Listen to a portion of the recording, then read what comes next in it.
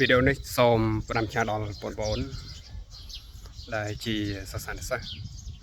ជាពិសេសបងប្អូនដែលមានឱកាសនៅក្នុងការសិក្សារៀនសូត្របងប្អូនត្រូវចាំថាឪពុកម្ដាយរបស់យើងគឺគាត់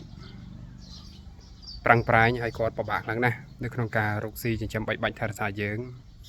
តាំងតែពីយើងតូចក្រូចឆ្មារហូតដល់យើងធំ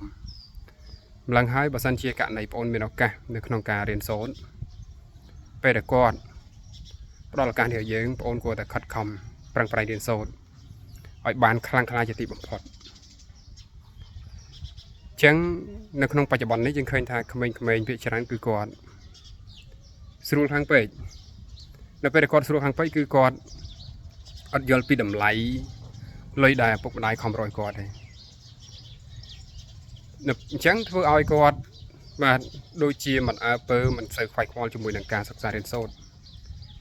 អញ្ចឹងសូមឲ្យបងប្អូនដែលមានឱកាសណាបាទកើតឡើងវិញណាកើតឡើងវិញអញ្ចឹងខិតខំប្រឹងប្រែងរៀនសូត្រ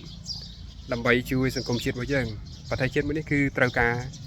បងប្អូនទាំងអស់គ្នាដែលជាអ្នកសិក្សារៀនសូត្របើសិនបើសង្គមជាតិរបស់យើង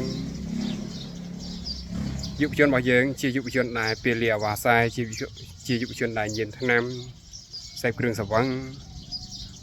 អញ្ចឹងឃើញថាយុវជនរបស់យើងនឹងមិនអាចជួយជ្រោមជ្រែងសង្គមជាតិមួយនេះឲ្យរីកចម្រើនបានទេលុះត្រាតែយុវជនរបស់យើងគឺជាយុវជនដែលពោពេញទៅដោយធម្មពលគឺធម្មពលចំណេះដឹងនិងធម្មពលសុខភាពរាងកាយមុំមួន